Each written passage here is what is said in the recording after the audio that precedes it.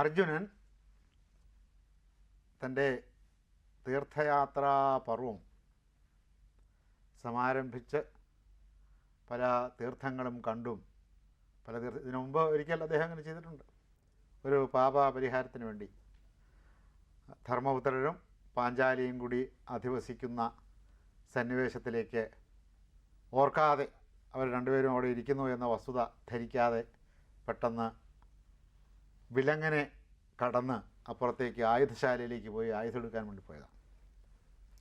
ഒരു ബ്രാഹ്മണൻ്റെ പശുവിനെ തസ്കരന്മാർ അപഹരിച്ചു കൊണ്ടുപോയത് തിരികെ പിടിച്ചുകൊണ്ടുവരുന്നതിന് വേണ്ടിയുള്ള പാച്ചിലായിരുന്നു. അതുകൊണ്ടാണത് മറന്നുപോയത് അദ്ദേഹം. അപ്പം അതിൻ്റെ പാപപരിഹാർത്ഥമായി അതിന് പാപമില്ല എന്ന് ധർമ്മപുത്രർ പറഞ്ഞിട്ടും അതിൻ്റെ പാപപരിഹാർത്ഥമായി അദ്ദേഹം തീർത്ഥാടനം ചെയ്ത് ആ തീർത്ഥാടനം ചെയ്യലാണ് അദ്ദേഹം 3 ഭാര്യമാരെ സമ്പാദിച്ചത്.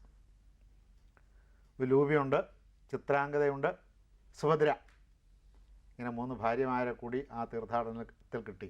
ഇത് അത്തരം തീർത്ഥാടനമല്ല, കർശനമായ ബ്രഹ്മചര്യത്തോടുകൂടിയും പ്രധാനപ്പെട്ട കാനന കേന്ദ്രങ്ങളിലെല്ലാം തപസ്സനുഷ്ഠിച്ചു.